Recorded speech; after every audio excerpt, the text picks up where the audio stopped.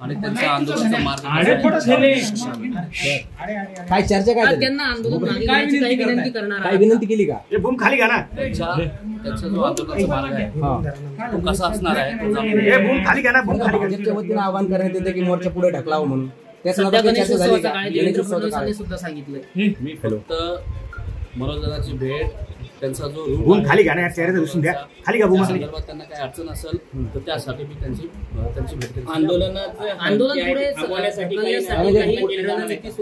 मी सर्वांना विनंती करतो की मी मनोजदादाची फक्त त्यांचा जो रूट आहे त्या संदर्भात मी त्यांची भेट घेण्यासाठी आलेलो आहे. पण आपण जर पाहिलं काल एक व्हिडिओ व्हायरल झाला होता आणि त्यानंतर तुम्ही ओएसडी म्हणून इथं पोहोचला.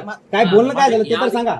याआधी त्यांची माझ्या फोनवर चर्चा झालेली आहे आणि त्यांचा जो रूटचा येण्यासाठी त्यांचा आंदोलनाचा मार्ग आहे तो मार्ग कसा असणार आहे तो जाणून घेण्यासाठी मी आलो. मुख्यमंत्र्यांचा जेणेकरून त्यांना आंदोलन ठिकाणी येण्यासाठी त्यांना काही अडचण होऊ नये त्यासाठी मी त्यांची भेट घेण्यासाठी आलेलो. आंदोलन पुढे ढकलण्यावरती काही चर्चा होण्याची शक्यता आहे. मी फक्त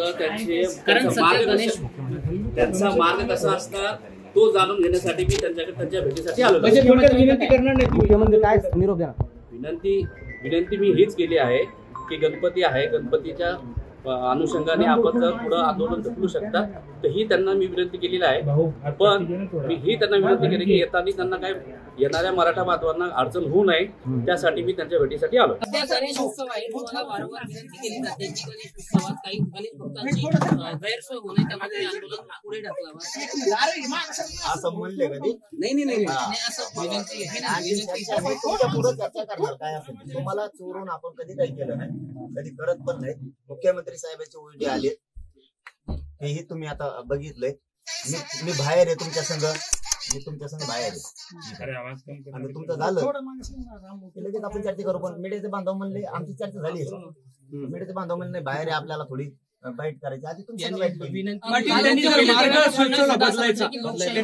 मार्ग बदलणार का? समजा त्यांनी नाही मार्ग बदलायची अडचण आम्ही त्यांना म्हणणार आहे. म्हणलो सुद्धा सरकारला एक रस्ता आम्हाला द्या, पंचायत द्या. आडमोठे असतो तो म्हणलं असतो आम्हाला मधून जायचं. एक द्या आम्हाला आझाद मैदानाला शांततेचं आंदोलन करायचं. 1000 रस्ते मुंबईला, एक द्या कोणचा पण. हो म्हणजे त्यांनी काही थोडासा बदल सांगितला मार्गामध्ये. नाही त्यांचा आपला नाही पण ते असं म्हणणार आहे तुम्हाला ती विनंती करण्यात असं त्यांनी सांगितलं. गणेशोत्सवाच्या काळामुळे आंदोलन पुढे ढकलण्याची विनंती सुद्धा केली जाऊ शकते. शक्यता म्हणजे तुम्ही ठाम आहात. आणि मग काम म्हणजे काय अंमलबजावणी पाहिजे. काल मुख्यमंत्री 2 वर्ष सरकारच्या विनंत्या मांडल्या गेल्या. शेवटी माझ्या समाजाच्या आयुष्याचा प्रश्न आहे. हो लेकरा बाळांच्या चर्चा फारशा होत राहत्या. मंत्री येत राहतात, सरकार येत जात राहतात. माझ्या पोराचं आयुष्य मराठ्यांचा खराब झालेलं पुन्हा येईन का? मग काय चर्चा करत बसू कवर? आयुष्यभर मी नाही करू शकत ते 10-20 वर्ष आंदोलन. लेकरा बाळाची कुपाट लागली आमच्या. चर्चा नाही, मी अंमलबजावणी म्हणतोय. अंमलबजावणी आहे का? आज त्यांची कॅबिनेट बसणारे वाटतं, बहुतेक त्यांचं काय म्हणते त्याला उपसमितीची बसणारे वाटतं. तुम्ही अंमलबजावणी देणार का? मग काय करायचं मुंबईत जाऊन आम्हाला? आम्ही ते मुख्यमंत्री साहेबाला 4 महिन्यापूर्वी सांगितले आम्हाला मुंबईला यायचं नाही. ते आलेत गोत्यात. त्यांच्या लक्षात आले की आता मराठीने 2 वर्ष वेळ पण दिला. आता मागे त्यांनी वेळ मागितला होता. आपला आत्ताच उपोषण होतं सुरेश अण्णा धस यांनी सोडलं त्या टायमात. मुख्यमंत्री साहेबांचं त्यांचं त्यावेळी त्यांनी सांगितलं होतं 3 महिन्याची वेळ द्यावा. सगळे गॅजेटचे अहवाल ते सगळं घेतो आम्ही.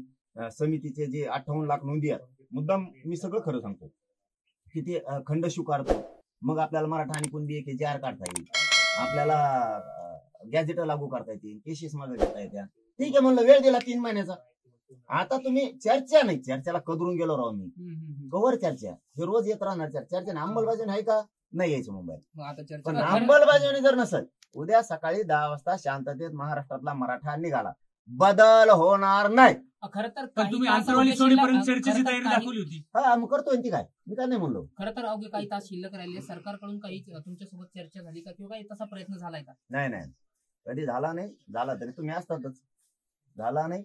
पण चर्चेची तयारी पाटील, संकेत चांगले आहेत की मधल्या काळात ज्या पद्धतीने वक्तव्यामुळे वेगवेगळे तुमचं मनत काही दूषित झालेली होती, स्वतः मुख्यमंत्र्यांनी त्याही अवस्थेत OSDना पाठवलं. कसं बघता? ही अवस्था नाही म्हणायची त्याला, ही बोली भाषा आहे. त्यात बोलता बोलता आपण म्हणत होतो यायला सकाळ चहा पाजणारे हम्म. त्याला तुम्ही गैरअर्थ धरू नका, कारण तुमची आई ही आमची आई आहे. तुम्ही राज्याचे प्रमुख आहेत म्हणले, तुमची आई सुद्धा राज्याची प्रमुख आहे. लेकर आहेत आम्ही राज्यातले. एखादा शब्द गेला तरी ते भाषणात ती शिनायची, तरी 1 मिनिटात आम्ही काय म्हणलो, आम्ही शब्द मागे घ्या, याच्यापेक्षा काय पाहिजे. पण ते जीवावर आले द्यायचं. सगळं खरं आहे. सगळ्या रस्ता मागण्या येतात, लोकशाहीला धरून येत, कायद्याला धरून येत, संविधानाला धरून येत. त्यांच्या लक्षात आलं दस्तावेज जर सरकारी गॅजेटियर द्यावाच लागणार आहेत मराठ्याला आता. मग हे मॅनेज होत नाही, हे फुटत नाही, मग द्यावं लागत. मग काय करायचं तर राडका डावा मांडायचा. आणि मग हे मराठी निवड केलं. अरे हे याच्या जीवावर आलं द्यायचं. आता तर मुंबई चला, कारण निर्णायक टप्प्यावर आंदोलन आहे मराठ्यांनो, निर्णायक टप्प्यावर. आता घरात झोपलात, जाहीर सांगतो तुम्हाला मी, तुम्ही जर आता घरी झोपले, जातीचं आणि जातीच्या पोराचं वाटलं तुम्ही केलं. मी तर चाललोय मुंबईत, तुम्हाला यावंच लागणार आहे. आता तुम्हाला काही संकेत मिळाले का मराठ्याला की सरकारला पुरी फाटली? कारण त्यावेळेस गिरीश महाजन साहेबांनी सांगितलं होतं, पुन्हा पुन्हा आठवण करू देतो. जरांगे पाटील तुमची मागणी अशी म्हणे, मराठा आणि कुणबी एक आहे, त्यासाठी आम्हाला समिती नेमून द्या. समिती नेमल्यावर आपण आधार मिळतोय का बघू, आणि मग कायदा पारित करू. मराठा कुणबी आता 58 लाख नोंदी मिळाल्यात. आता कायदा पारित करायला लागतोय मराठा आणि कुणबी एक. आता बोलायला जागा नाही.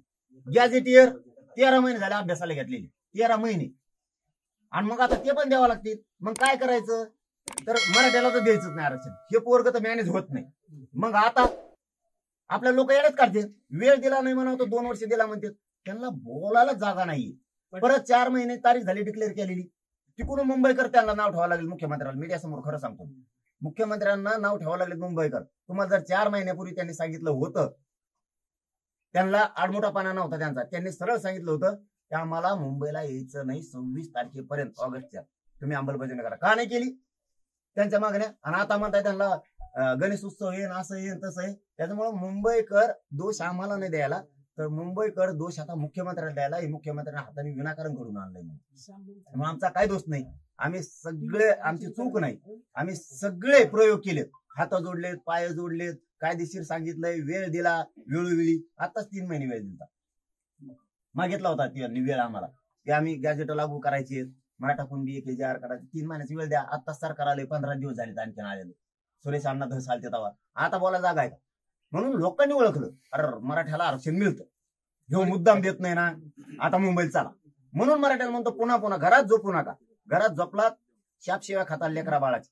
जातीतून मराठीचे नेते सुद्धा बाहेर पडले, चर्चेसाठी आले, ते ऐकून घेतो. आपलं आलेला पाहुण्याचं सन्मान करणं आपली जबाबदारी, त्याला आंदोलन नाही. आम्ही आडमुठी आहेत का? नाही दिल्यावर मग आता काय करावं? अंमलबजावणी जर आज झाली, आम्हाला काय करायचं? मुंबईला गुलाल घेऊन येऊ बोलाय झालं.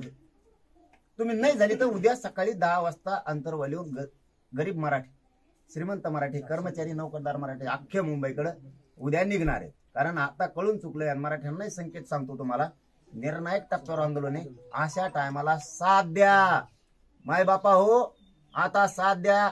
तुमच्या लेकरा बाळ्यासाठी उपाशी तापाशी राहतो, झटतोय. लेकराला हरू देऊ नका, जातीला हरून देऊ नका. आता मला साथ द्या.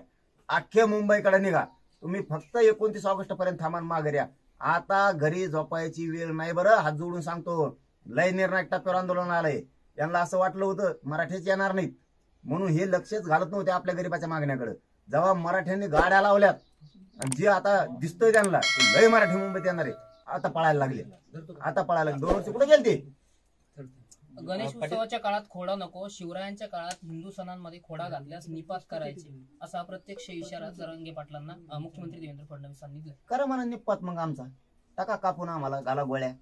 यायला लागलो म्हणा तिथं, घाला गोळ्या, टाका मारून, गरीबाचे लोक मारून टाका आणि तुम्ही राज्य करा. मराठ्याला फाडा, तोडा, कापून टाका आणि तुम्ही राज्य करा. जनता मारू, गरीबाची जनता मारून 7 करोड मराठी मारून टाका आणि तुम्ही मस्त राज्य करा. वारे शब्द वारे नियत, म्हणजे आमचा निपात करायचा आणि तुम्हाला जगायचं. म्हणजे तुम्हाला ते म्हणते ते मढ्यावरचं लोणी सुद्धा खायचं, पण लोकांच्या वेदना दुःख नाही ऐकायचे. तुम्ही शत्रूसारखा आमचा निपात करून टाकणार, पोलीस लावून गोळ्या घालणार, लोक मारून टाकणार. ही भाषा आहे का देवेंद्र फडणवीसांची? आता नाही का भाजपमधल्या मराठ्या 96 कुळीला भाषा दिसत? आता नाही दिसत? जर आमचा निपात करू म्हणतेत, दांडव करू म्हणतेत, त्याचा अर्थ तेच होते, कापून टाकू, फडशा पाडू म्हणतेत. आता नाही का मराठी भाजपमधले नेते मंत्री आमदार झोपले का आता नाही का तुमचा मराठ्याचा शहाणुकुळी जागा होत. मी तर तुमच्या लेकरासाठी झटतोय आणि मला उघडं पाडायचा प्रयत्न, मला आरोपीच्या पिंजऱ्यात उभा करतात का?